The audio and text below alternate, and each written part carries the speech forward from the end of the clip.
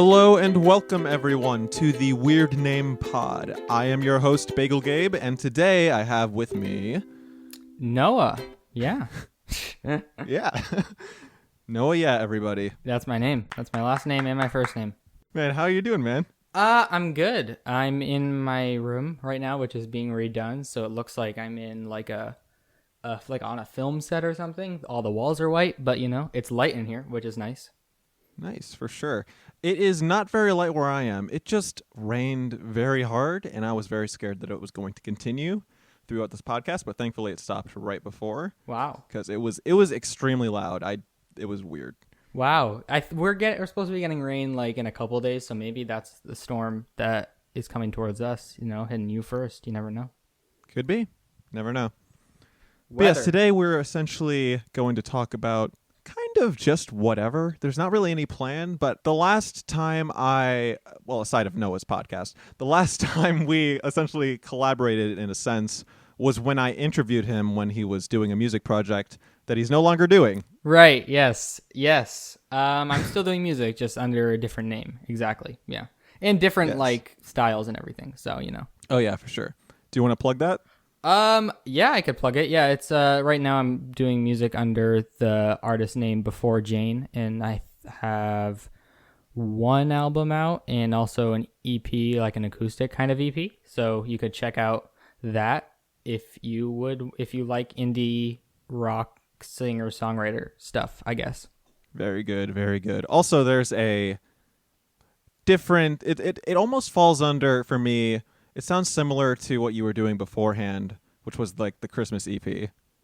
Yeah. So more like what's the word? Like home brewed kind of, like, in like more not grassroots in the fact like the style, but more just like it's very grounded in like it feels like it doesn't feel like a studio like big production, like it feels like there was someone behind it, you know, like I mean it's just me in my room. So I try to make it feel as professional as possible while still kind of maintaining a sense of like a groundedness again. Just I think cuz that's kind of part of the style, kind of more low key, you know. Yeah, for sure. And I was curious to ask, because I don't think I ever officially asked, what was like the big decision? Because it wasn't just a name change, it was a whole stylistic change as well. And I was wondering what really made you do that? Yeah. Well, yeah. So it was with Daydream Immigrant, which was my old project. That was kind of the first project I started. I was more electronic based, you know, more instrumental electronic based. And that was kind of my first...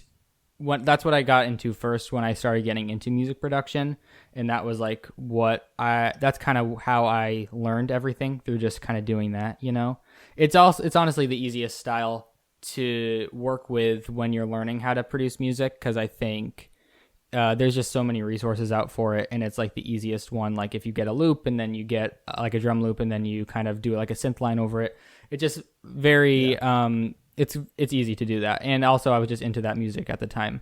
Then I released a single under that name where it was it was kind of a mix between the two styles, where like there was electronic elements, but I was singing, and I think I played the ukulele on it. So it was kind of like you could see where my style was going. But then, you know, I was working on songs. Was working on the record that's out now. I released it like last year sometime. I think it was July. And I just feel sounds about right. I felt like the style, like it didn't fit with the music I had made before, you know? And I wanted to kind of make something, kind of distance myself from that, just because I wanted to like have like a clean slate, try to create like a different kind of discography that was more curated, you know, because before it was like just what I was just trying my best to make whatever I wanted to, you know, and which is great. But I just felt like with the stylistic change and just kind of like, it's always feels different when you're releasing something under a new brand name. It feels kind of more like you have more creative freedom to expand into new territory. So that was kind of the decision behind it, you know, just trying to, because I mean, it is a stylistic change for sure. And so, yeah, it definitely made sense to kind of switch up the name, because if you did release it under DE, it would be so weird to find that album and see, oh, what else what else has he done? Exactly. Yeah. It's like you're looking through the back catalog and it's like what is Yeah. this? Yeah. So now I have the album. I also I even did a Christmas album under Before Jane, which was more like I made it in like 2 weeks. Just kind of I with that one I gave myself literally 2 weeks. I was like, I'm gonna make whatever I can in 2 weeks, because I think a lot of what I struggle with is like not knowing when I'm done with something. I'll just keep working on it and working on it until I hate it, and then I won't never release it. And so that was just like when I made that, I was in the middle of my debut record that I was putting out, in the middle of making that. And so I was like, I'm just going to give myself 2 weeks and see what I can put out and get together in that time. And so, I've got that. I've got the record, and then I've got the Passerby EP, which I recorded that like kind of over quarantine. It was like in May because I had just finished school and I wanted to record something. I've been writing stuff, but it's kind of hard to do school and record songs. Yeah, for sure. Typically. But yeah. I'm curious to know, when did your love for music necessarily begin, and what was it with? What were like the introductory artists essentially for yourself? Oh man. I got to think. It's hard because like what I've loved has changed over time so much, you know? Yeah, for sure.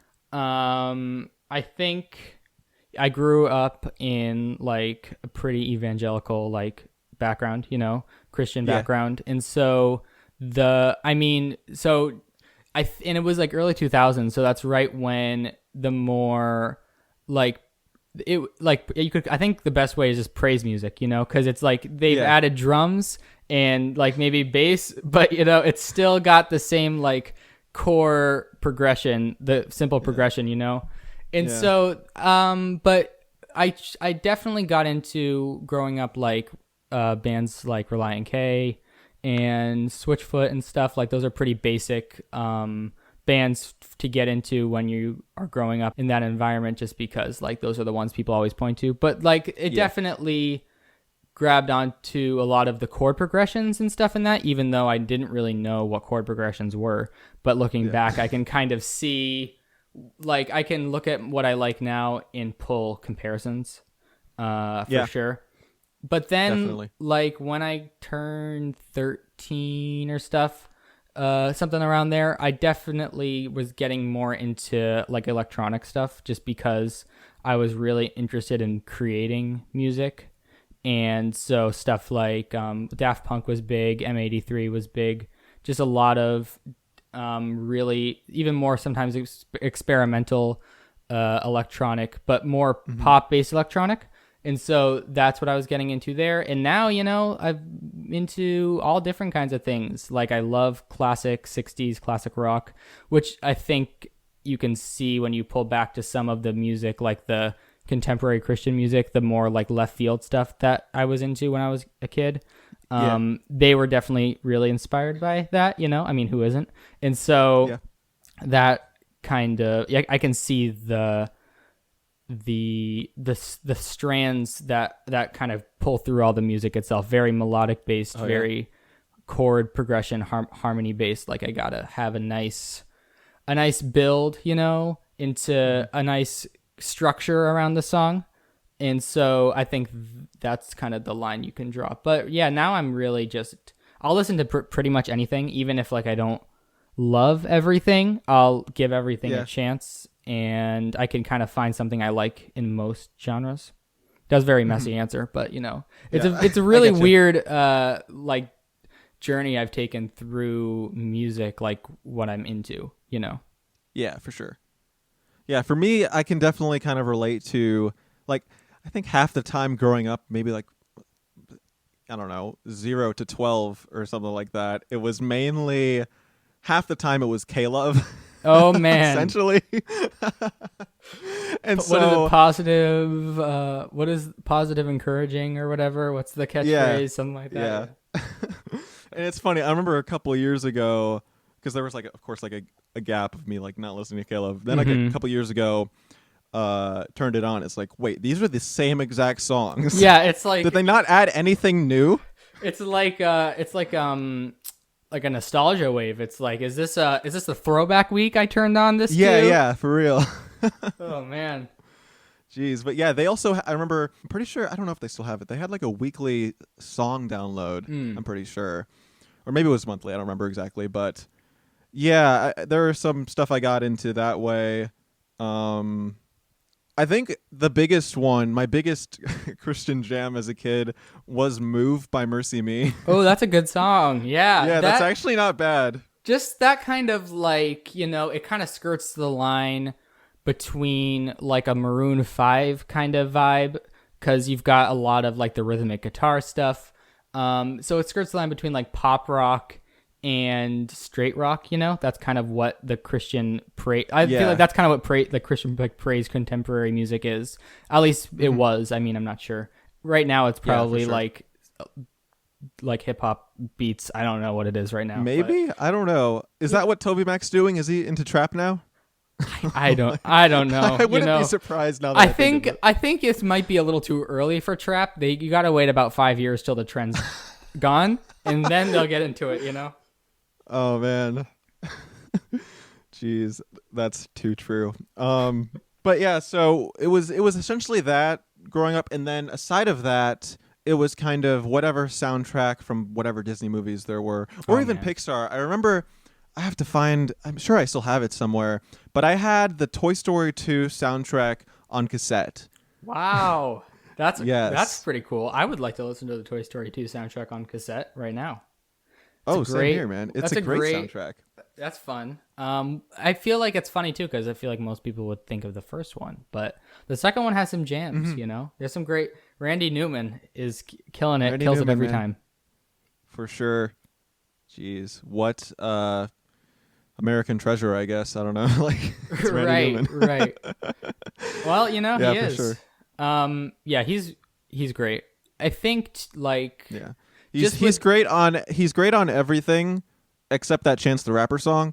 But we don't talk about that. He was on a Chance the Rapper song? Yeah, he was on the Big Day album. Oh, we don't talk about that whole album. Except track 2. Track 2 is good. I listen to track 2 a lot.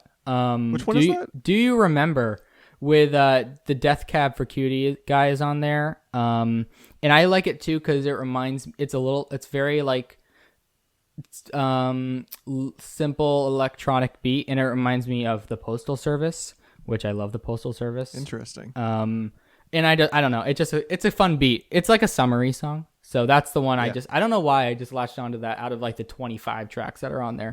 But, like what is with, I don't know. It's so weird how many, typically hip hop albums, they have so many tracks.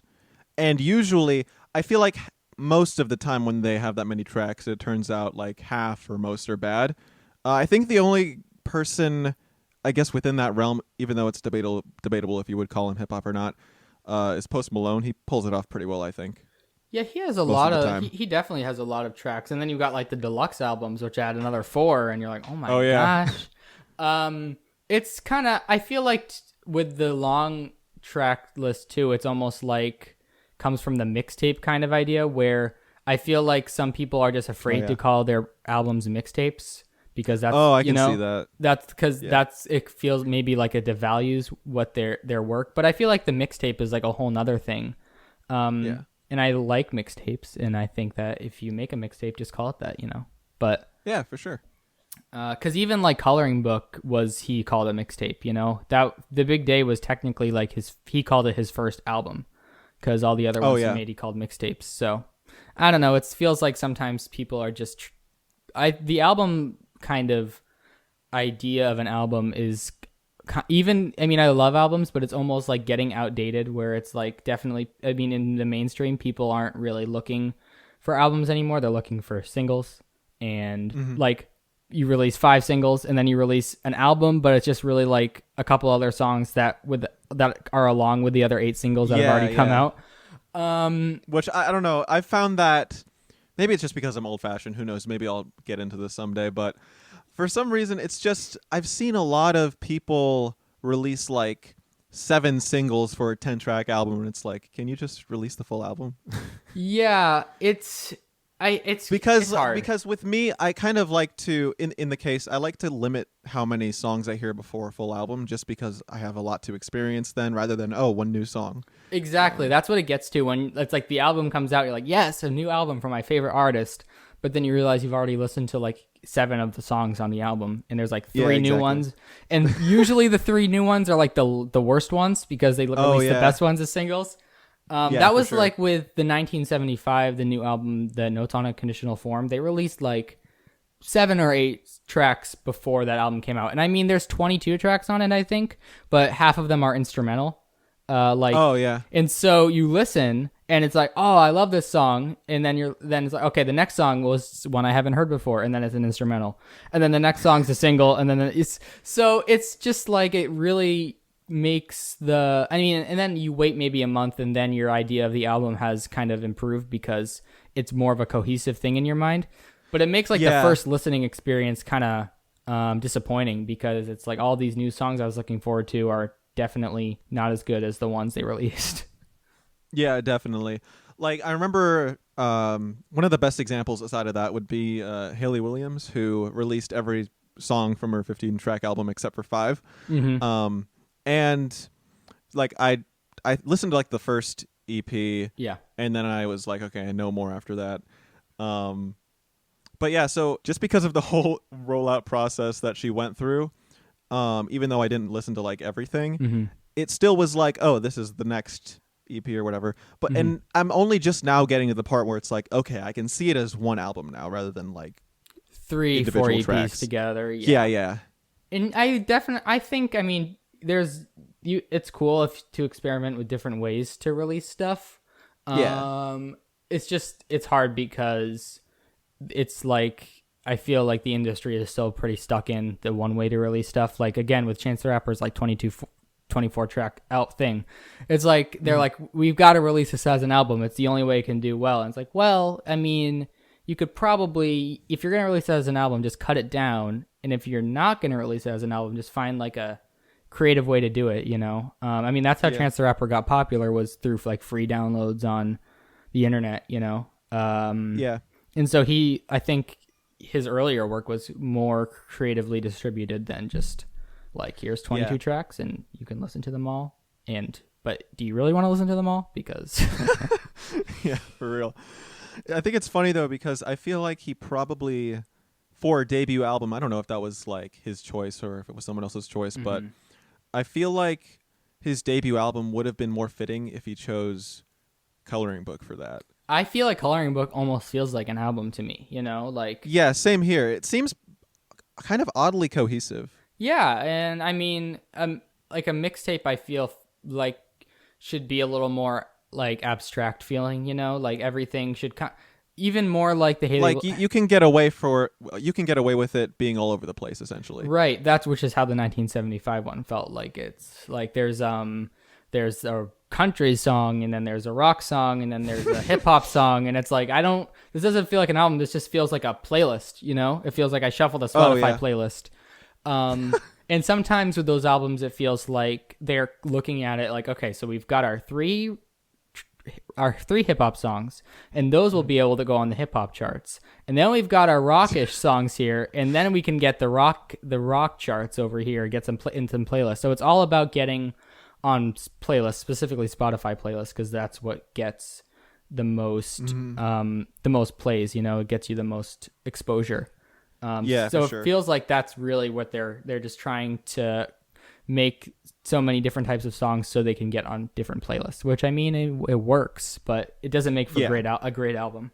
Yeah, for sure. It works for, I guess, you know, getting your songs out to new people and then they think it's cool, but for the fan base you already have, it doesn't work as well because, you know, they want something a bit more. So yeah, which is but then you get into the whole thing of like the fan base where some fans will just take anything that the artist released and they're like, it's the best thing that's ever happened.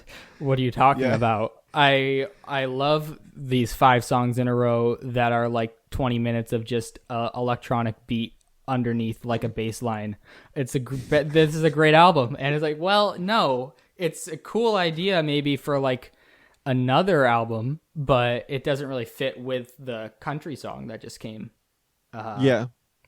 So I don't know. Sure. Yeah, it's just the industry is definitely in a phase because it doesn't want to let go of albums. But it's like if you're not going to do the album, then just don't do the album. Yeah, I'm definitely interested to see where it goes because, even though it seems with streaming and everything, it's like, oh, it's going more towards EPs or singles, but you still see artists here and there saying they're planning their next album and stuff like that. Yeah, quite a bit, and those are my favorite artists always. Like you've got Kendrick Lamar, who's like, he can have a picture, like people take a picture of him film like on the street and it's like, oh my gosh, a new album. Like he has the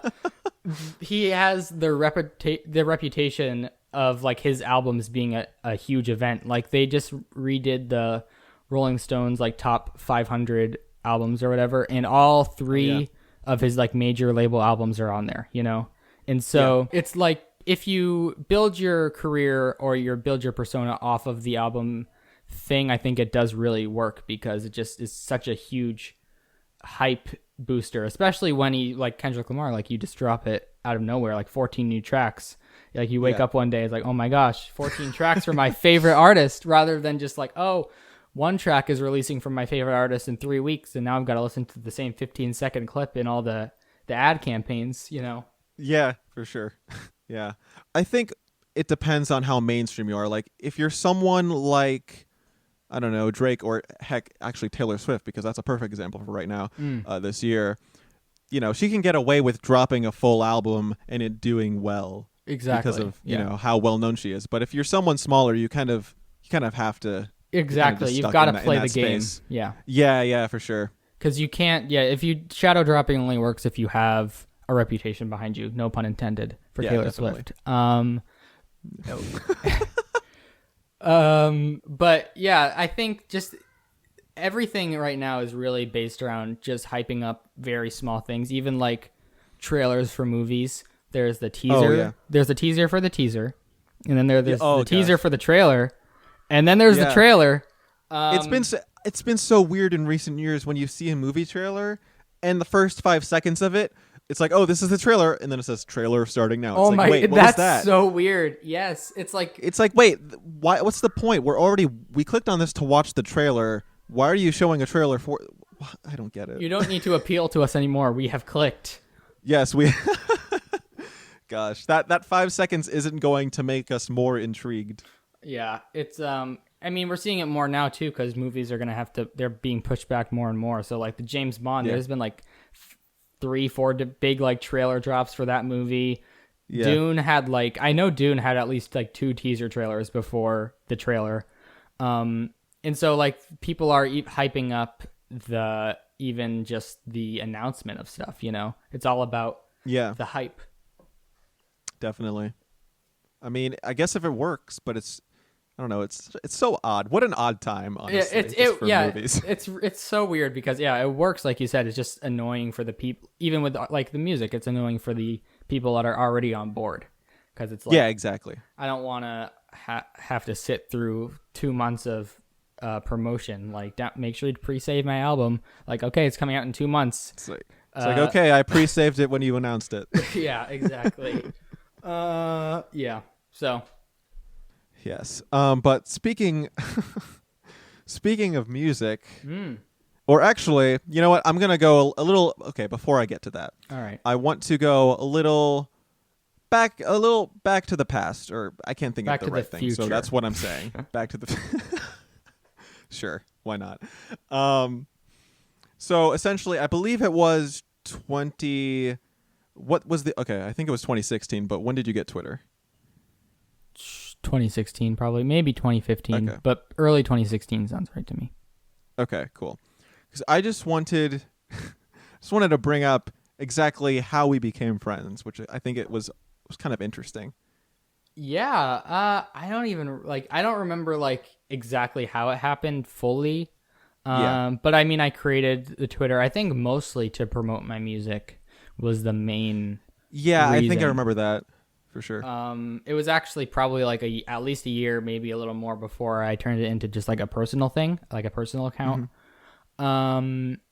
Yeah, I mean, I followed you and maybe I liked some of your stuff and then you followed me, I mean, it's just so weird how things develop in like how friendships or relationships develop with the internet, because things are just like, it's so it's so unnatural, but it feels so organic, like to us. Yeah, exactly. Because there are like you can join online groups and stuff to find friends and stuff, but I don't know. I feel like a lot of people I met have just been through like replies, and then suddenly we're following each other and now we're friends and have each other's numbers. It's very weird how that happens. It is, yeah. It's just because like maybe you see a picture, like they post or something, and then you reply or you ask a question, then it just starts a back and forth, and then it all of a sudden is like 2 months later you're talking every day. It just really it's just weird the way that our brains work now.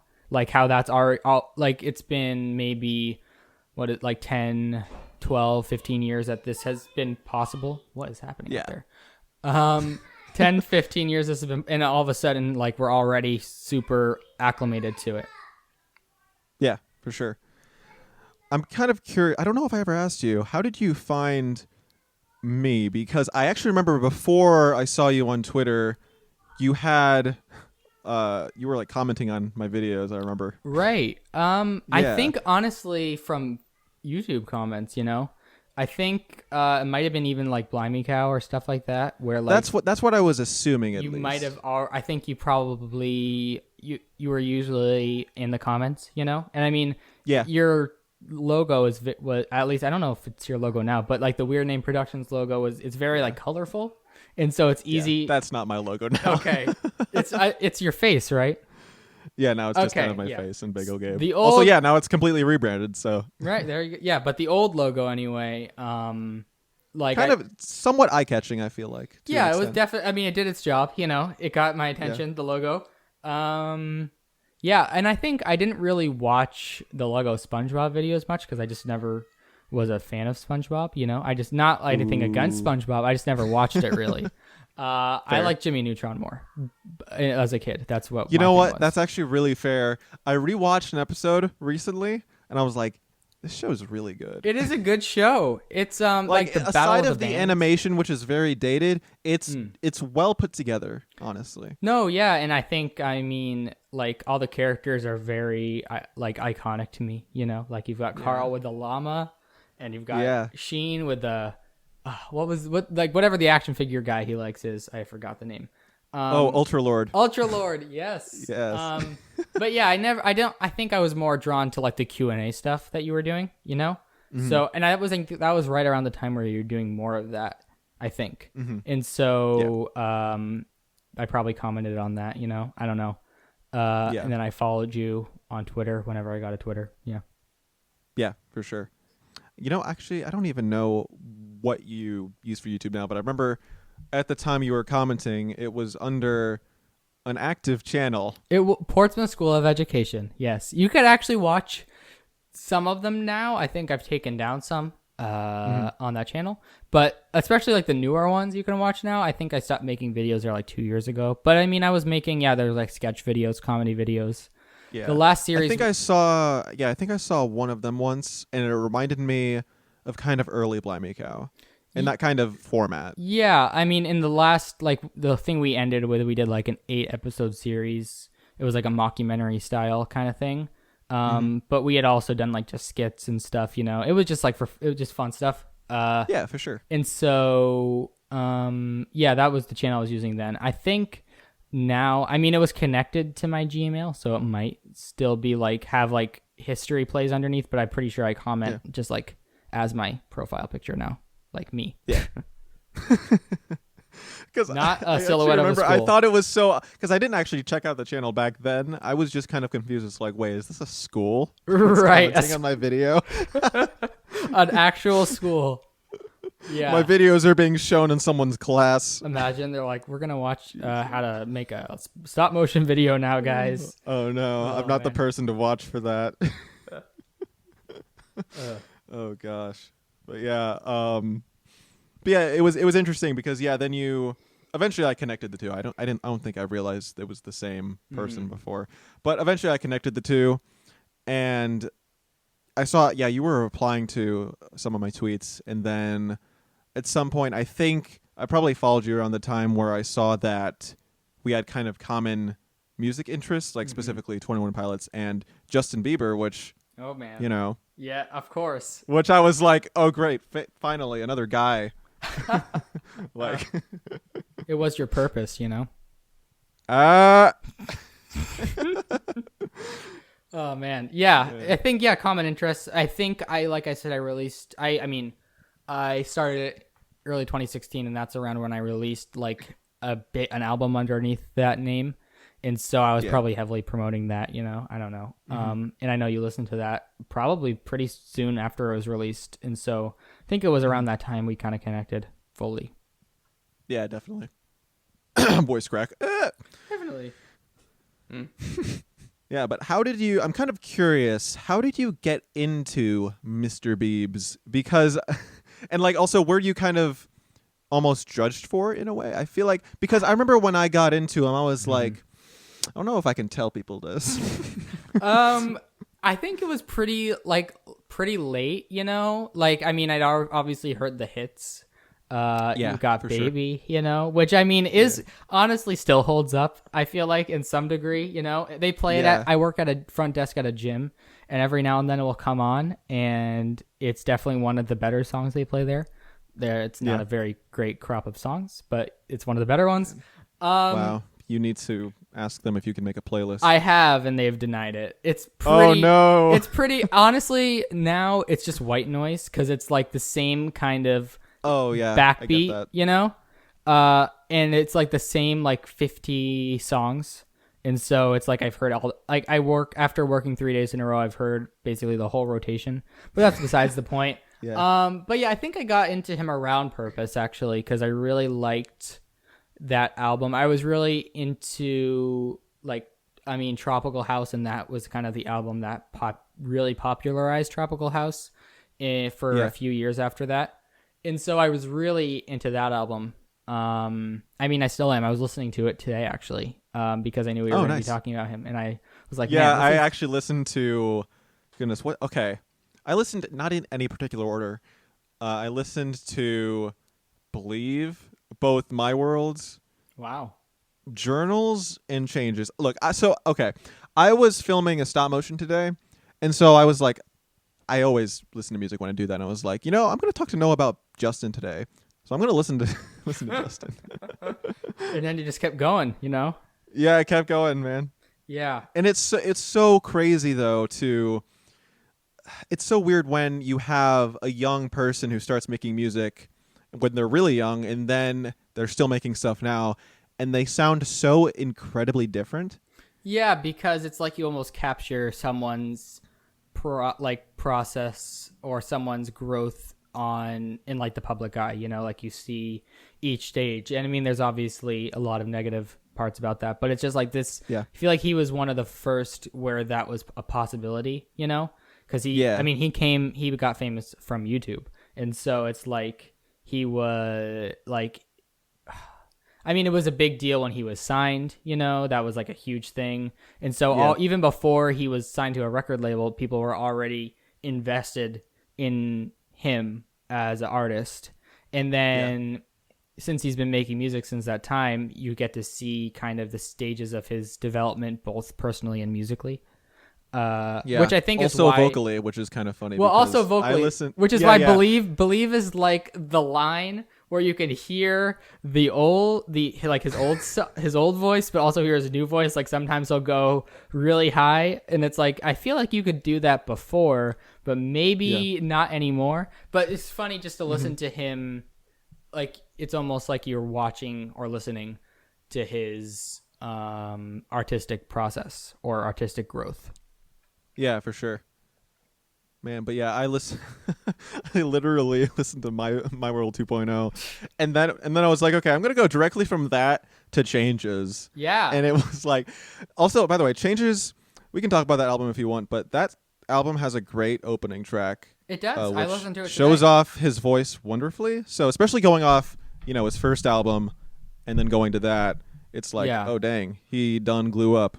Well, and that's I think with purpose too. I think you can hear like he really worked on like refining his vocal style because before, I mean, when you're a kid and that happens, I feel like there's always an element of just like, oh, well, I've always been able to do this. And so I don't really got to have to work at it because this is how Yeah. I got famous was because of my voice. Hmm. But I think that with like that album Purpose, he really, it's like if you listen to journals or that and then to that, like it seems like that was a stage where he really was like, all right, I'm going to really focus on my voice right now and really refine it to be the best it can be rather than just relying on like talent, because there's always like a Yeah. level that you can't reach with talent alone. You've got to bring it to the next level with Yeah, hard for work. sure. Definitely. Man. I love me some Biebs. Yeah. For sure. It's great to listen to intently, like to listen to while you're just focusing on it, because there's a lot of. I mean, he's like one of the most famous artists, so he gets to work with like some of the best producers on his stuff, and so you can admire like the production and stuff, because I think even if like he doesn't always produce his music, he has a really good ear for what is good, and he has a really good artistic vision, and so you can hear that in the album where it's like, I mean, maybe someone else produced this, but I feel like there was there was a really intentional choice behind the tracks and the feel of them, whereas some people it's like you can tell it's kind of pretty much, even someone else writes a song, you can tell that he's kind of making it his vision essentially. yeah, even with like, and I mean, as far as lyrics go, I mean, not my favorite, but his newest song Holy, which is produced by John Bellion, who is which was fantastic, very unexpected, a great didn't expect producer. that. But I feel like you could hear John Bellion style for sure Yeah. in that song, but also maybe more of Justin Bieber's like artistic vision kind of connecting. Because you hear the John Bellion and like the bass drop thing, which is amazing. For sure. That's so good. But I mean, a lot of John Bellion's music is very electronic focused, and I feel like the acoustic piano is definitely a departure from what you're used to hearing in a John Bellion song, and so I think then you could kind of see maybe like a collaboration on that stage, and where you kind of, I mean, from a production standpoint, I think that song is great. It's a jam. Yeah, definitely. I really enjoyed that one for sure. And honestly, it's weird. I find it weird how in 2015 when Purpose dropped, a lot of people were kind of turning their heads like, oh wait, this is actually good. Right. How am I enjoying this? But it's weird because I cannot pin down why, but I feel like a lot of people have like just gone back to their normal ways of being like, oh, it's Justin, blah, whatever, who cares? Which I found kind of odd, specifically because at least back then there was maybe the excuse of, oh, he's a bad person, but now he's on a good path, honestly. I mean, yeah, he's staying out of the public eye, which is great, like, I mean, there was a point where every other day there was a viral video of him going to get like a coffee, so sure. It's like there was like it's almost like you couldn't not like have something happen in that time, because if someone filmed me every day, I'm sure there would be at least something that people would latch onto. But For yeah, sure. now he's definitely done a good job of really just kind of sticking to just the music, and just letting it speak for himself and not like worrying. Because I think when you reach a certain point, you just don't want to deal with that anymore. Yeah, for sure. I just think it's easier, to hate on him rather than like, because I mean, there was such a stigma around it for years. There still is, obviously. And so I think it's just easier rather than to hate on the music rather than to like it, because it's obviously hating is hating is the majority of people for it.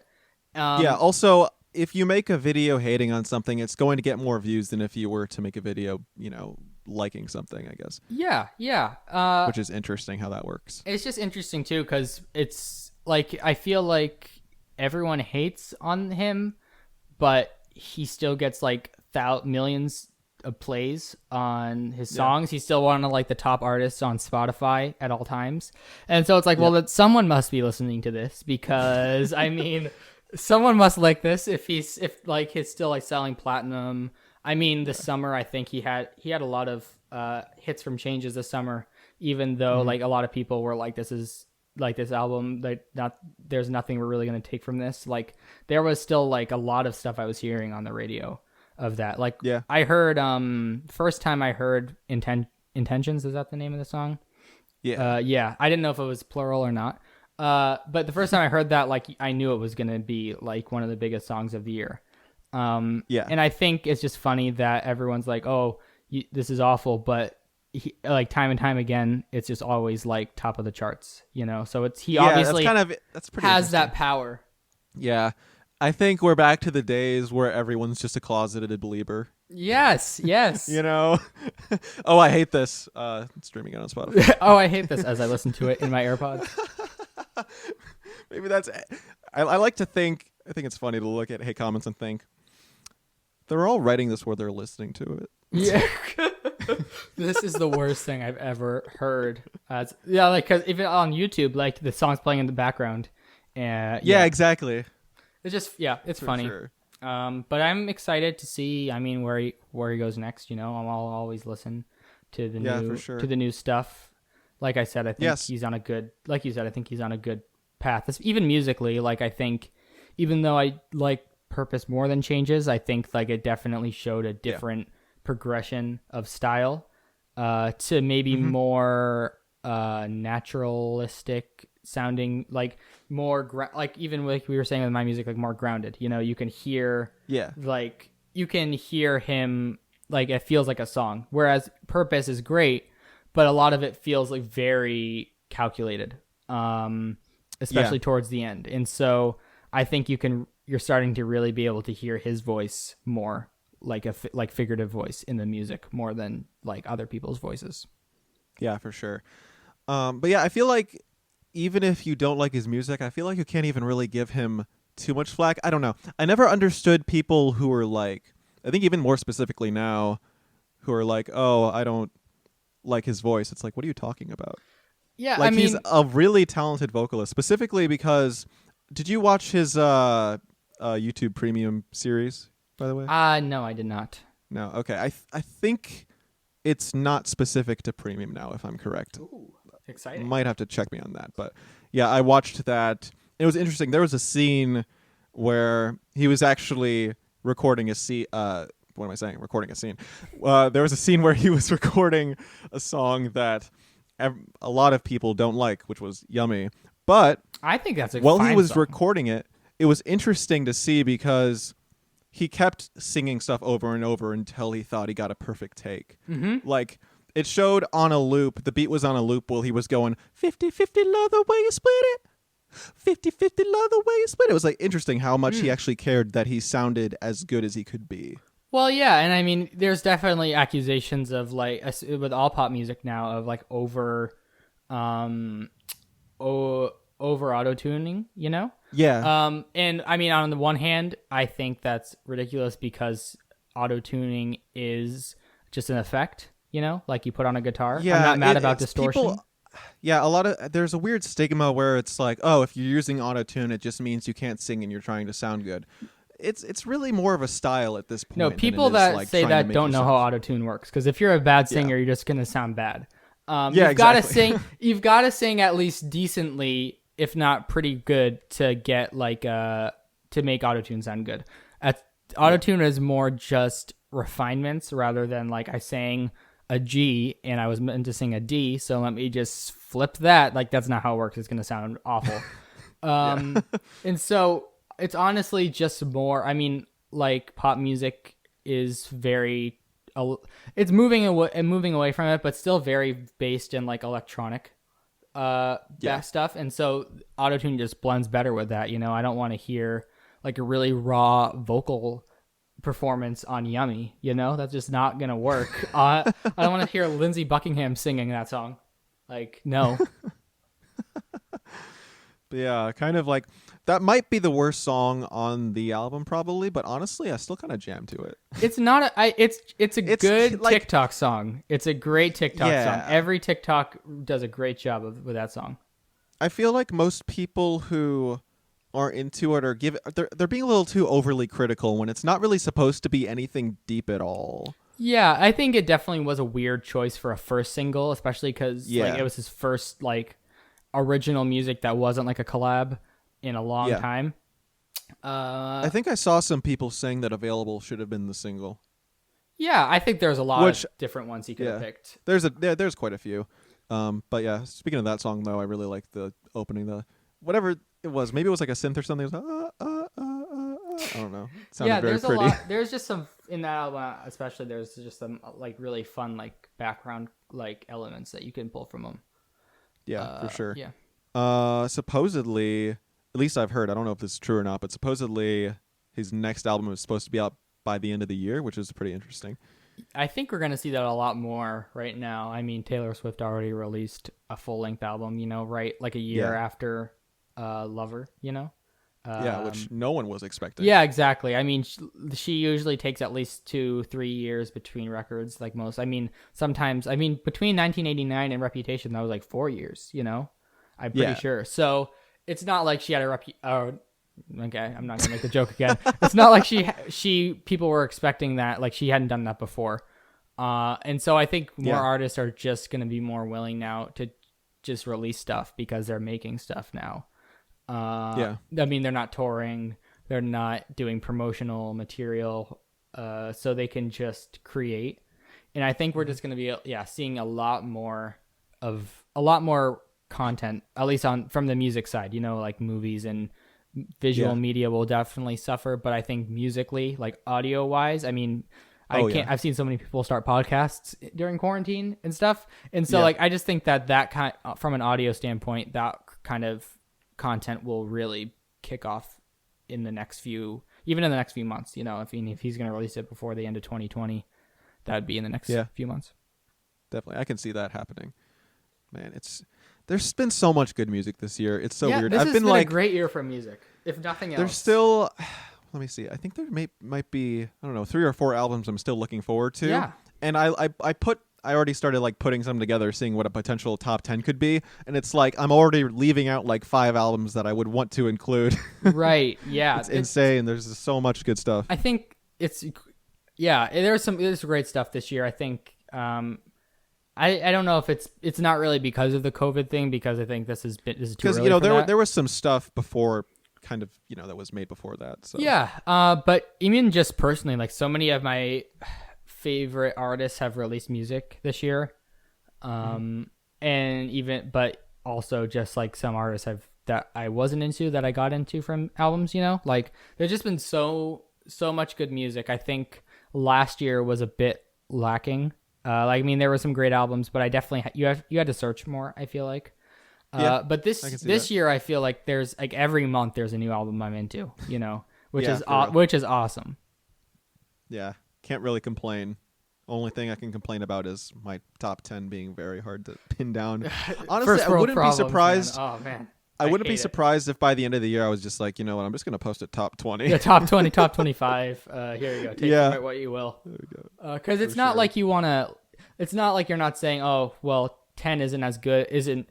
Like you still think that 10 is better than the other ones, but you just don't want to leave them out. You want to kind of include and tell everyone about everything you love. Right. Yeah. You don't want to. It's like I love this album. It's just at number 11, and so I want to make sure people know that I love the album. Yeah, for sure. And you can just take my top 10 still, but also I'll mention these other ones. Yeah. But gosh, dude, I want to know if you have a definitive JB ranking. Oh. Because I think I have one, but I want to see what yours is and see how it lines up. Let me look here. Also, it kind of depends on what you want to include, because technically Journals isn't an album. All right. Yeah. To be frank, I have not listened to these in some time, but I will do my best to let me look at this discography. So yeah, studio albums is just My World. They list 2.0 on here. Under the Mistletoe, Believe, Purpose, and Changes. And so, yeah, we could rank those. I mean, Under the Mistletoe is one of the best Christmas albums, so I would be happy to include that in my ranking. Definitely. Okay, starting from the bottom. Let me just look. What's the track list on My World again? Track listing. 2.0 is definitely a bit stronger. Yeah, I would say I would just put 2.0 at the bottom. Just not saying it's bad, but I mean, there's only 5 albums, so it's like top 5 basically. Yeah. I'd just put that down at the bottom. I would then put probably Changes, then Under the Mistletoe, then Believe, then Purpose. That would probably be mine. I mean, Changes and Under the Mistletoe might be interchangeable, but I mean, I love some Christmas. I love me some Christmas music, and there's some great I mean, it's crazy. Every year you turn on the Christmas station, and he's got at least 4 songs on rotation, and that album came out 9 years ago, and it's already it's basically one of the classics. That's insane. Yeah, that has some good. Of course, that has some good covers on it, but also has a decent amount of really good originals. Yeah, definitely.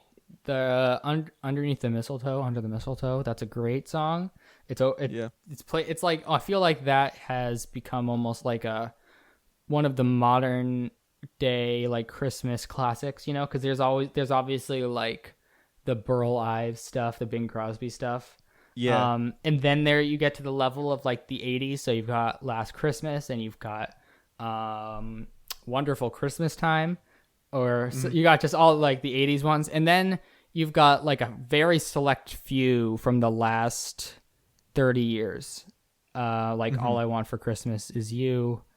Probably Which is probably the biggest one from the last 30 years. For sure. Probably some Michael Bublé stuff if you're into definitely. If you like that, which I mean, who doesn't like some Michael Bublé at Christmas, Definitely. He's one of the artists where it's I can't even listen to one of his albums that's not a Christmas album outside of December because I just feel like I'm listening to Christmas music. I'm this doesn't feel right. This voice is this is a Christmas voice. It's pretty true. He is kind of the voice of Christmas. Oh man, he is. Yeah, the voice of Christmas. Wow. Netflix, take that idea for a movie starring Michael Bublé. That'd be great. I would watch that. Yeah, for sure. Don't know what the plot would be, but I'm on board. It would be scored by some of his Christmas songs for sure. It'd be Christmas. Yeah. It'd be scored by the Christmas songs. Maybe he's it'd probably be very Hallmark movie-ish, but with maybe a little more depth to it. Maybe he's yeah. What's it? What is it? The Blue Christmas? Not Blue Christmas. What's the one? The Cold December Night. That's his big original. Oh. That would be you'd probably take whatever the lyrics are in that and make a movie around Cold December Night. Okay, I can see that happening. Anyway. Yeah. That would be at the very least, a TV Christmas special. Ooh, yeah. I mean, we have a DVD of it's the Frank Sinatra and Bing Crosby Christmas special. And it's it's Bing Crosby it starts out Bing Crosby goes in Frank Sinatra's house, and then it goes into them going outside and caroling. But all throughout, there's just them singing songs. And so they'll he'll go into his house, and then they'll go to a fireplace, and then they'll sing the Christmas song. And it's just them just hanging out, but singing music, singing their songs. And it's just awesome. I would love to see Michael Bublé do that. I think he would be great at that. He's just has such a calming aura around him. It's give me a Christmas special. I mean, if Bill Murray could get a Christmas special, I'm sure. How did Bill Murray get a Christmas special before Michael Bublé? No, who knows? No shade against Bill Murray. He's a legend, but it just seems like I would have. I would rather have Michael Bublé first. Yeah, definitely. I honestly forgot that existed.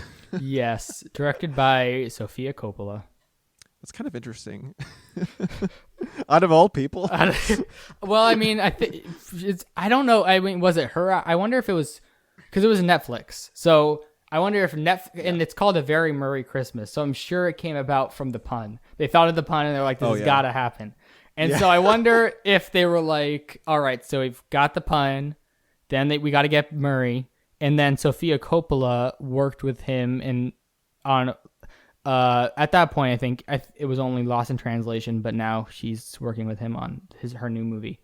But like, did they call her, or did she come up with the Very Merry Christmas? That's what I really want to know. Because I feel like she doesn't need to do that if she doesn't want to. So there's got to be some element of her really investing in this project. Yeah, I would definitely think so. I feel like they wouldn't just like, oh, who can direct this? Sofia Coppola. Yeah, that definitely would not be my first choice. I mean, not for a Bill Murray Christmas special. For another movie, yes, but for the Bill Murray Christmas special, I would. I mean, because she's obviously expensive, and so you're already paying Bill Murray, and so that's a lot of money to pay for a Christmas special. I haven't even seen that, but it's a thing. I know. You know what? I haven't either. Maybe I'll watch it this Christmas. Who knows? I think this will be the year. This is the year I finally watched A Very Merry Christmas. And it's been out for what, 2 years? I think so. I don't know. It's Netflix though, so it'll be available. Yep, truly. Gonna check that out for sure. Also, actually, I haven't seen it, and I don't even know how it is, but I know that last year Casey Musgraves had her own special. She did. I didn't see that either, but I mean, Golden Hour is such a great album. Like, what a deserved... Don't get me started. It's so good. What a deserved win on that front. It's just such... Yeah.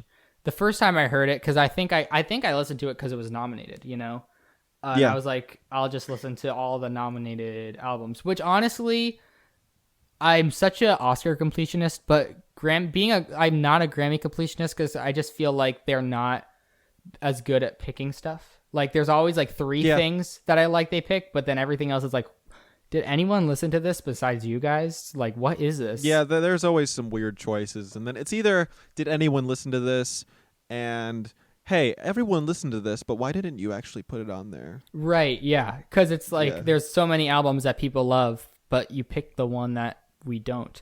But anyway, yeah, I listened to it because it was nominated, and it is amazing. It's an amazing album. It's so chill. Yeah, for sure. It's such like a turn on and just like chill out album. If the vibes. Definitely. I know I saw it win, and then that was like, okay, I'll finally listen to this, and I was like one track in, I was like, okay, this is incredible. It's very good. It's like, it's so funny. Like, I mean, I feel if you haven't listened to it and are listening to this, it probably sounds crazy that we're like saying this country album is like one of the best. It's amazing. For real. It's By the way, I'm not even really into country music. No, yeah. So it's so, I don't know how she did it. It's just very like the melodies are not country, I feel like. So you've got like the country maybe vibe, which I never actually mind. I think most of the problem I have with country is just like either the melody or even the progression, where it's just very basic, and the lyrics, everything is basic about it, but modern country. But yeah, definitely, because Johnny Cash. Yeah, We're not saying Johnny Cash is bad, because obviously not. We're talking about Florida Georgia Line. Oh my gosh. Oh my gosh, there was like one of their songs showed up in like some commercial, and it kept playing, and I was like, stop. Yeah, country music is so weird because there's not really a distinction of what makes it country, other than the fact that like it's got you're talking about trucks. You're talking about trucks and like an accent, Yeah.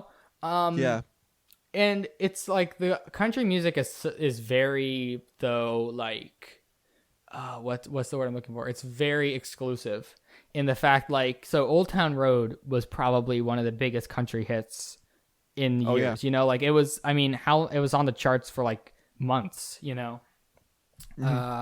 but I think after like 4 months maybe of it charting on the country charts, they kind of reviewed it. The big like Billboard executives, like the unseen, and they were like, nope, this isn't country, this is R&B, and they just put it in that. And it's like, well, I mean, it's pretty much a country song. You've got the guitar lick is very country based. You've got Billy Ray Cyrus on the popular version. You're singing about the country stuff, that you always say is like the defining feature. But for some reason it just isn't country. What? Because it has like a trap beat behind it. Is that the only reason? I don't know. I don't know. It's really weird. That's definitely. Actually, I don't even know what the first country rap song even was, but maybe at least that was the one that popularized it. Yeah, yeah. And now we're seeing it more. I feel like a little bit. I mean, I feel like there's more people willing to use rap beats over different genres rather than just like rap. Yeah, more branching out. Yeah, which is good because I mean, I like genre blending. I don't like stuff to be just confined to one thing because, I mean, like I kind of said, I like so many different things. It's fun to hear them kind of come together in a way definitely. that's good, not in a way that's forced. But Yeah, for sure. Okay, but speaking of Florida Georgia Line, there's actually one thing that I kind of like, and the only reason I like it is because it's a joke, which was when they hopped on the Yummy remix.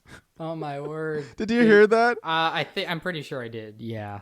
It was honestly pretty hilarious because they have Justin doing an accent, and it's so incredibly goofy. I can't help but laugh at it. Well, I mean, yeah, that's where you kind of reach into the self-aware area. Yeah, and so then it's definitely. like fun because they're not taking themselves so seriously. Yeah, kind of like Old Town Road. Yeah, I think In a way. Old Town Road's very poking fun at stuff. I mean, like the lyrics are very generic, but I think for like on purpose. It's just like I'm going to take my horse to the Old Town Road. No one knows what that means at all. But it's a country song. So. I think, and I think that's his only song even like. Well, okay, wait. There's Rodeo too, but other than that, like he doesn't really have. No, yeah, like Panini was his other big hit, I think, and that was and that sounds nothing like Old Town Road. No, it definitely feels like it was more of an aesthetic, just to like because the loop is just like it's either like a banjo or like a very like a steel guitar or something, and so the loop is country sounding, and so it just kind of turns into a country song, which again, circling back to the beginning, is like just how people are just using different genres, like experimenting with many different genres because you can do that now with playlists and singles. Yeah.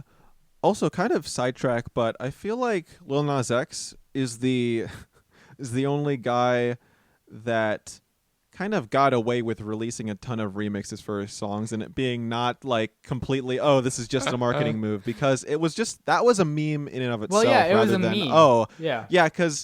Because there's a lot of artists who just put out remix after remix just so that they can get to the top of the charts, and it's like, Well, yeah, and I think it's just so much about the brand, because he was like 18, 19, like when he was doing that. He's young now. I mean, that was like last year, a year and a half ago. So he was young, and I think it just comes across as more genuine because he's obviously very active online, even more maybe in the like then. And so it feels just more genuine to everyone, even like feels more like he is in on the joke, and it's like, hey, I'm gonna make another remix just because it's funny, rather than like some 38-year-old guy just like, here's gonna be my my club remix because that's what's in with the kids now. Like, no, that just seems disingenuous, and I think people want they crave the genuine persona, just because that, I mean, with online it's so hard to find that, so it's kind of like what you're looking for. Yeah, definitely. Like if you look at his Twitter, it doesn't look like an artist's Twitter. It just looks like, a guy's page. It looks like just a Stan account almost sometimes. Like, yeah, for sure. It's very funny. He's very pretty funny. Great. Yeah, I don't even know when his album's coming out, but I'm looking forward to that and how that's going to turn out. Yeah, that's just so weird because you get into the whole thing where, like, I know he started out like that. I mean, because he got famous. Did he get was it like TikTok or Musical.ly at that time? Like, he got famous through that. Yeah, it was one of those. And so that's kind of like, he definitely was more just like overnight success thing. So that's like, he was doing that kind of Twitter before. But even then, it's like, how much of this is just a big marketing team behind it? Because marketing is changing so much in that it's not just like, buy my new album and subscribe and click the bell. It's just marketing is getting so smart in that they know what will get people interested. And like, is there a marketing team behind his page that that is like, we know that this is in, and we know that like this kind of stuff is in, and so are we gonna let's just tweet this to like, it's just so funny because marketing has changed so much and can be so many different things. And that's always just weird for me to think, like, when it's a big celebrity, like how much of this is just a ploy to get me to buy your album, or which I mean it is, but like, is there like a corporation behind this, or is it just you? Yeah. Also with the Old Town Road remixes, it of course it's kind of like unlike anyone else because it didn't seem like a marketing thing, even if it was.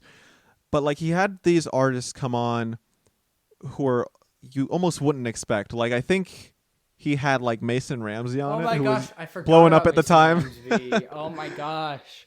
Oh gosh. Which I thought that was incredible. Yeah, Mason Ramsey, I forgot about him. He's like one of the, I call them like Ellen famous, where it's like, it's a very specific type of fame where it's like there's a viral video, and then there's like an interview, and then there's a follow-up interview, and they're famous for like a whole, like 6 months, like super famous, and you never hear from them again. It's just so, just funny. Like, he was so big, and I just forgot about him. That was a great video though. The yodeling in Walmart, wasn't that his main thing? Yeah, that was good. Yeah. That's so, oh my gosh, that video, that was insane. Man. Simpler times, man. Truly though, when you could just post a video online of a kid singing in Walmart, yodeling actually I should say, but yodeling. Yeah. I just find so much funny about that video, how it's like well, just saying it out loud. He's yodeling in Walmart. It's like, just the randomness. Yeah, like humor now is so just off the, like, the more random, the more abstract, the funnier it is. Which like, I mean is I feel like in 50 years there will be like so many dissertations on humor in like the last 10 years just because it's so weird. Yeah. Just the fact that like the things that are funny now, and like you tell, even like you show like your parents like a meme that you find is funny, and it's like, what? Or you just show someone that isn't like that isn't like in that mindset, you know, and you show them it, and like you think it's the funniest thing, you're dying laughing, and they're like, oh, I don't really get it. Like, oh, well, it's funny. I mean, and you can't even explain it because it's like, it's funny because it's not. Yeah, kind of something it's funny because it can't really be explained. Right. Like casually, like, oh, here's the joke. Right, yeah. So the beat, like, you can't just simply say what it is. Yeah, you kind of gotta like go down the rabbit hole. And then by that point, it's not funny. You know, you've got to be in on it from the beginning. But yeah, that was a video that, when you think about it, it's like, how did that blow up? But at the same time, it's like, yeah, that would totally blow up. That definitely, yeah, I would share it. I mean, if I saw it and it wasn't big, I would definitely share that. I mean, it's like, there's a recent video that's been going viral. I think I saw it pretty early on. Like, it was barely, I don't even know if it was at 1 million plays on TikTok yet, but it's like, have you seen it? It's the guy skateboarding down the road, and Dreams by Fleetwood Mac is playing, and he drinks the cranberry juice out of the bottle while he's skateboarding. And it's just him skateboarding, just chilling, vibing on the highway on a skateboard, listening to Fleetwood Mac, and it's so funny. Oh my gosh. And it's just, I don't know if I've seen that. I'll send it to you. It's very funny. And then you look at his TikTok, and he like has he just does all these dances, and he looks like he's like 40 something, and just really funny. That's not what I expected. No, I thought you were he's like like bald. He's like bald. He's got like a nice mustache going. Very good, very, very chill. But yeah, it's just like the weirdest things go viral. But when you think about them, it's like, well, it seems funny that I would share it, so I guess it makes sense. Yeah. TikTok is just great, honestly. Yeah, people honest. Sleep on it so much. People really do, because I think a lot of people will just download the app to see, okay, let me see what this is about. And it doesn't connect right away, but they're not letting it because, you know, the algorithm hasn't caught on to anything about them yet. So yeah, like it's so, there's so many funny videos on there. I mean, people love to like hold up Vine as this huge, like, as like the best thing ever. I mean, it definitely is great, and it really, I think, moved forward a lot of, like, moved us into the humor that we find funny now. It kind of started that in a lot of ways. the randomness. But TikTok is way different in that you have so much more freedom with it, because it's like you get up to 60 seconds of play time. And so you can do so many different things with it, even from just like viral dance videos, or I mean, so many songs that are popular now got popular on TikTok. So it's such a it's such like a hub for literally like everything, fashion, jokes, music. Like you can like really anything can really get started on it. So it's just really interesting. Yeah. Also, I think it's kind of funny because with Vine, I remember there being like, at some point, maybe I think I saw a video, someone was being like, "Oh, is Vine shortening our attention spans?" But now I think TikTok is almost like damage control, being like, "Okay, now you have a minute video to watch." Right. Well, You have to and pay it's attention to funny the whole too, thing now. because sometimes I'll be on TikTok and I'll see the bar on the bottom, and I'm like, I'll watch for like 5 seconds, and I'm like, this isn't good. This isn't funny enough so far to make me watch for a minute. So then I scroll past, and it's like sometimes I just want to like sort by 15-second because attention span. You know, there are some it's a thing. Yeah, for sure. I think though, if TikTok has to add one feature, it should be able to, have a thing where you can skip to a certain part. Yeah. Because sometimes I've seen some really good minute-long videos, but sometimes I just want to watch the very end today, and I don't want to have to, Right, if I want to rewatch. They also need to make it easier to edit because the editing is really annoying. Yeah. Like adding captions, that's like such a headache. But just the videos themselves, are great. Definitely. Yeah, a thing about, about how, now I have to watch this whole video again to get the end.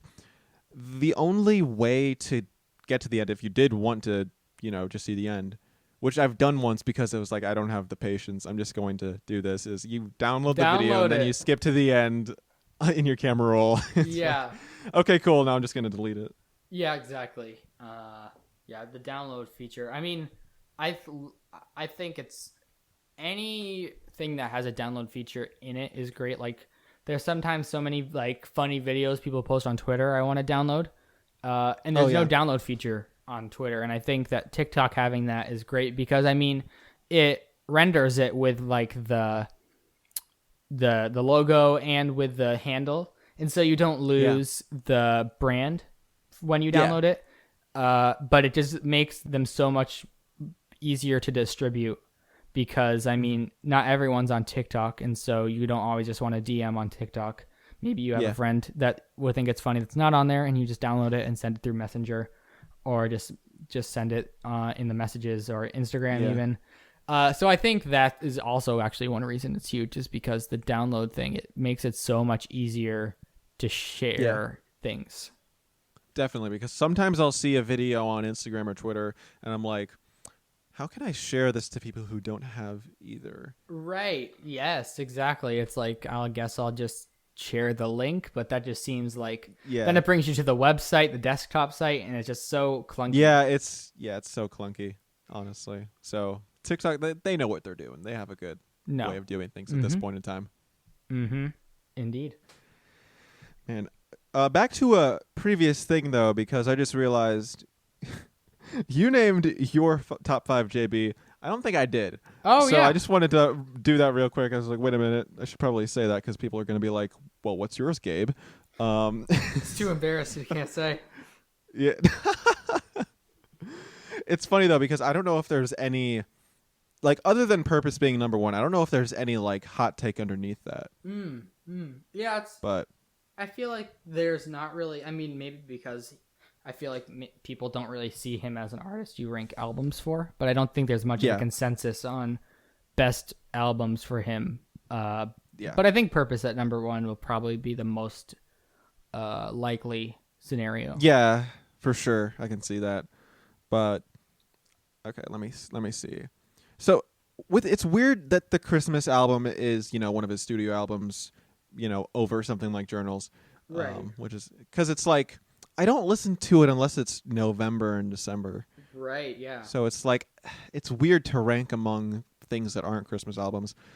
But I'm going, let's assume that it's Christmas time right now, and I'm listening to everything. Right. Um, You have the 4 So- all year, and then at Christmas you have 5. yeah, exactly. So I would say I would have to agree 2.0, probably the least good, but like it's still not bad. I Yeah, wouldn't say it's at just all. the least maybe you come back to. Yeah, definitely. Because when I came back to it today, that was the first time in quite a while, but it's pretty solid for what it is. And even though, his voice isn't what it is now, it's like completely different. For the voice that he had, like it was still very good, honestly. No, yeah, and again, he's so famous that he can work with so many different producers and really talented people can work on it, and so it just musically, it's all gonna be good, Yeah, for sure. Let me actually go through like the track listing, just so I make sure I get this right. But yeah, 2.0 that has obviously Baby, which is a banger. Not even sorry.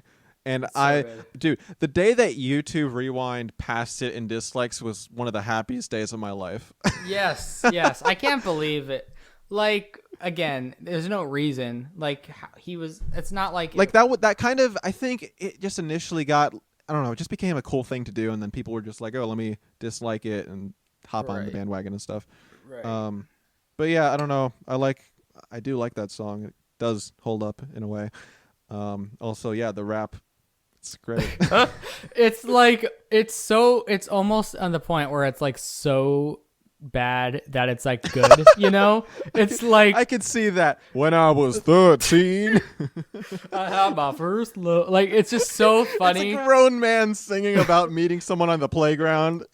It's just like, yeah, it's like it goes to a new level of greatness. Like, it's like gotten to such a bad point where it's like, this is amazing that this is actually yeah, it's fantastic, honestly. And, yeah.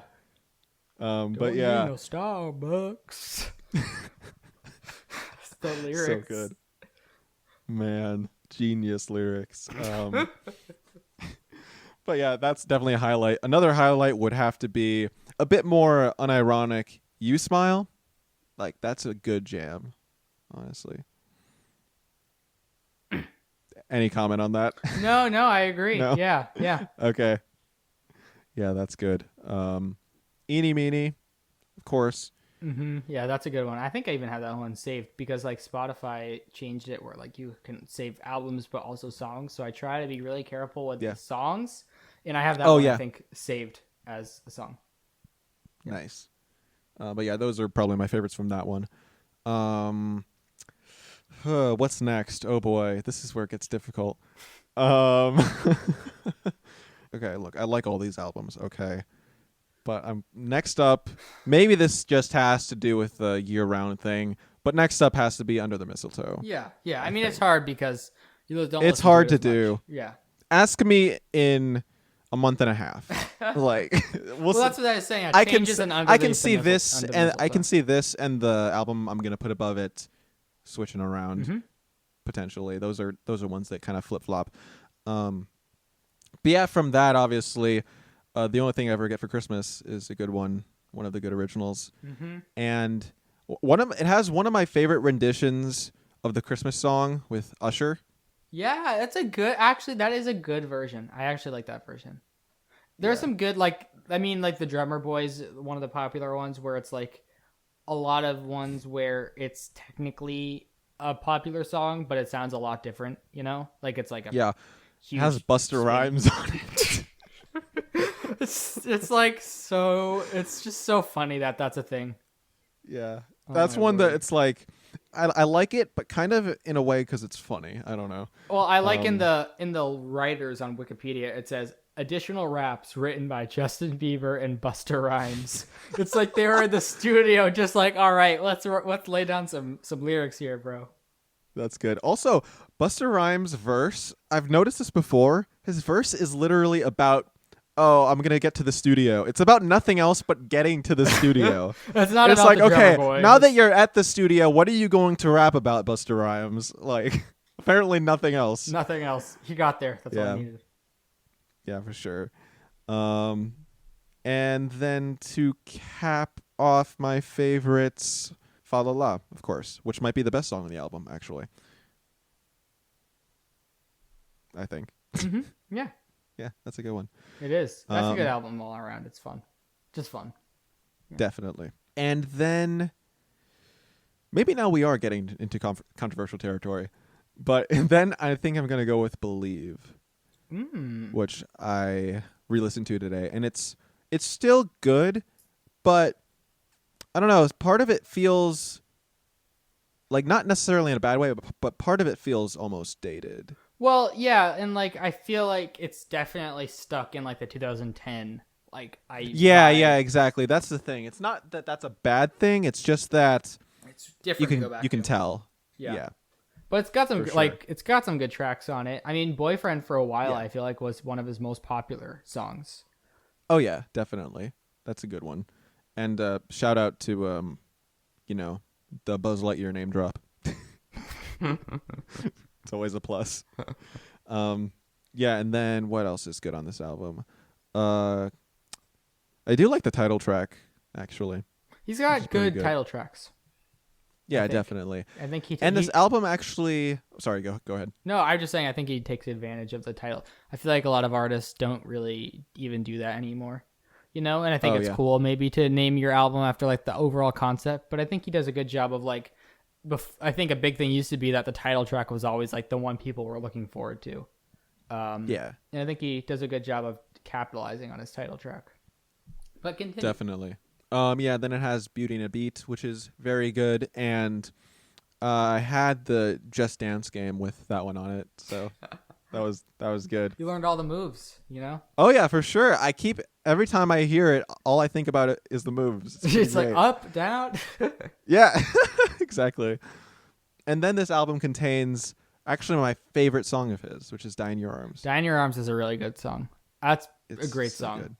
I think it's just combines like all the things he's really good at, which is like the vocal harmonies, but also just the really fun vocal melody where like he feels like he's kind of just going like all over the place, but like in a good way. Yeah. And also just the drum beat. Like I feel like it's a weird thing. Oh yeah. But just the bass and drums is so like it's such a great groove. It is for sure. So yeah, that's major plus for that album for sure. And yeah, next, apparently controversial just because of opinions, but Changes, honestly. Yeah. I don't know. It's something that, I mean, I have, for one thing, been listening to it a lot this year, and it's, yeah, I don't know. It's good. It's got a lot that I like. Of course, I touched on the opening track, All Around Me, which is just very atmospheric. Yeah. I listened to it. I like how the guitar is so reverbed out, and Justin is just in the forefront, just delivering his vocals. Yeah. I really like Habitual Intentions, as mentioned before, is good. Available. Second Emotion, Get Me, ETA. Look, I like a lot of this album.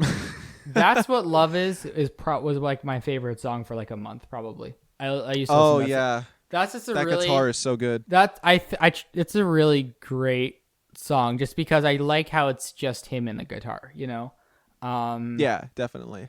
The biggest thing with this album for me is like I like a lot of the songs. I feel like sometimes it's hard for me to listen to it through because it just feels like very split. Like there's all it. I don't know. Like I don't feel like it blends always super well. It kind of has different sections to it. Yeah. But I really do. I mean, there was definitely like at least a month where there was like I was listening to a lot of certain tracks from this where it's like or sections. Like I love these 3 songs. I'm just gonna listen to these 3. And it's long, and so I feel like you can always find at least a couple that you really like. Yeah, I definitely come back to quite a few of these decently often. And yeah, I don't know, it's got some good stuff. Like again, I want to say, I don't know, I don't really come to Justin's music half the time for the lyrics. Yeah. Like I don't know, like it's more of the sound and it just his makes you vocal happy, presence. Yeah, exactly. That's the thing about it. Yeah, I don't know. I think it's kind of redundant to go to one of his songs and be like, okay, I'm gonna nitpick the lyrics now. Yeah. It's like it's fun like to sing it in the car. It's fun to like hum along to like pretend like you are like or look forward to like little sections. Yeah, exactly. It's different kind of music. Yeah, and honestly, that makes it even better for when there is a lyric that's like, oh wait, that was pretty good. Yeah. Like, It's like I wasn't expecting that. Wow. yeah, exactly. And yeah, good title track once again. Mm-hmm. And yeah, and then of course number one, Purpose. What Ah. else needs to be said? Honestly, Honestly, Purpose is like one of the only albums where I consider the deluxe edition tracks to be like as part of the album. You know, like there are a lot of them, like Bin yeah, You, Get Used to It, even All in It. Like they're just yeah. so on par with all the other songs. Like I listen to them as a part of the rotation. Oh, 100%. I feel so bad if I listen to the album and stop at the track 13. It's like, no, you have to keep Well, yeah, going. and it feels like 18. All in It is feels more like a better conclusive moment than 13. 13 definitely feels like there's more coming. You know. Yeah, And I I can think see that. 18 feels a lot more like final. But Yeah. yeah, there's just some great song. Like I feel like there's only like a couple where it's like, maybe I'll skip it, but like there's just so many I come back to. Yeah. Like of course like the singles on it, Mm-hmm. they've been played a bunch, so maybe I'll be like, I don't know. But that's not saying they're bad. They're good. They've just been played a lot. Right. Like, what a flex though, like out of context, putting what do you mean sorry and love yourself one after the other. Like, it's just like, here's one, and then here's one, and then here's like three of the biggest songs of the last decade. Oh, right, for real, and they're all next to each other. Yeah. And I mean, Company is 6, and Company might be like top 3 on this album for me. I love that song. Yeah. Yeah, I love Company. I'll show you. I'll show It's you. a good one. I mean, because Mark My Words feels more like Kind a of like a prelude. like a prologue. Like it's like very like it's almost kind of like setting you up for the sound. Even kind of like Yeah. the first song in Changes. Like it feels like that. Oh, yeah. And then I'll show you feels more like, all right, here's like the exposition. Like here's what the album actually is. Like it expands in that chorus, and it's so fun. Yeah, for sure. Then No Pressure. Like, Yeah, that's a good one. it's so interesting because it's a pretty long song, but It it is. works very well. Well, the hook, I love the hook. The you don't gotta make your mind up. Yes. It's just so catchy, and like I don't know what it is, but it's almost like a foghorn kind of thing sound effect they use. Like the beat is just great in that one. Oh, yeah, for sure. Jeez, that definitely top 3 for me from this album, I think. Yeah, it's underrated. I feel like maybe another potentially underrated one is Life is Worth Living. Yeah, that's a Just good song. Just him and the piano. I Yeah. like that a lot. And then I think, yeah, as you mentioned, like Bin You, Get Used to It, all in it. Mm-hmm. And I think my favorite deluxe track might be Trust, potentially. Yeah, I mean, like all 5 of them are so strong. I feel like a lot of even now, like deluxe albums, like it's like the Target exclusive, and then there's one track. It's like okay. Yeah. I feel thanks. like deluxe albums aren't really as common now because it used to be like on release day you get the album and the deluxe one, and sometimes now you don't even get deluxe at all. Yeah, it's like it's just. I mean, with Chance the Rapper, you get 25 songs, and it's like I on feel the like standard edition. on the standard edition. That's the only edition. Man. Yeah. Yeah, for sure. But yeah, it's honestly a great album, and every time I look at the track list, I'm like, yeah, that's really good. It is. It is a good. It is a good album, and I think it like signaled a lot of where like pop music headed in the next like few years. Yeah, 100%. Like I said, honestly. it really popularized the tropical tropical house. And because Yeah. I like before that, a lot of it in the early 2010s was just like EDM, like just build to the huge drop and then it goes crazy. Or like this is a lot more just like chill drops, chill builds, a lot more low key, which we're now even seeing with trap music, where it's like very chilled out, relaxed, not over the top, minimalistic. And I think that this kind of was pretty. I don't want to say like revolutionary because like people did this before him, but he really popularized it, because it's like Justin Bieber. He's everyone's gonna hear the album. So Yeah, for sure. But yeah, going back to Trust real quick, I don't know, I just love that song. It just opens up with like these insane falsetto vocals that I cannot pull off, and I'm not going to try to. Um, and then like right after that, it like goes perfectly. You hear like this reverbed snare drum, and then it just drops this thick bass drum, and it's like, "If I believe in love," so good. Oh gosh. But yeah, that's my ranking anyway. Yeah, there we go. Yeah, and I think this might be a good place to potentially end this lovely talk with Yeah, that was good Mr. talk. Noah of Before Jane. Thank you. Yeah. So yeah, look up Before Jane again, and also check out my podcast, Secondhand Film Critics. If we talked about movies a little bit on this podcast, so if you liked that little bit of movie talk, where what was it, like a very Merry Christmas? Check out the. Then you got hours of that available at your fingertips, buddy. Exactly. Yeah, go check out Secondhand Film Critics. I do it with my good friend Kayla Faniff, and we talk about lots of different movies. I mean, contemporary too, but right now we're doing a few more like retrospective stuff because there's not as much new stuff coming out. I mean, for instance, Gabe was on one of our episodes where we talked about the Sam Raimi Spider-Man trilogy, which was a very fun time. So if you like Indeed Gabe's persona, then check out that episode because it's more of him. Indeed. Yeah, that's it. That's me. Very good. And I suppose, well, what is your Twitter? Actually, just plug all your socials while you're at it, I suppose.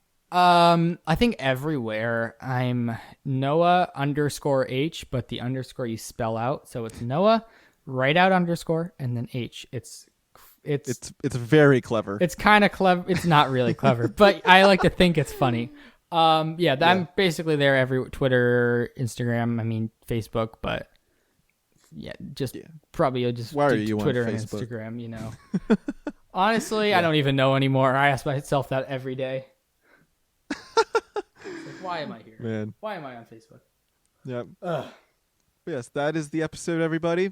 Hope to see you all on maybe another episode. Feel free to leave suggestions in the comments if there's anyone you want to be on the podcast, and I might consider it. So, yes, thank you all for watching. See you guys later. I don't know. Bye. Bye. Farewell, everyone. Stay Ferris.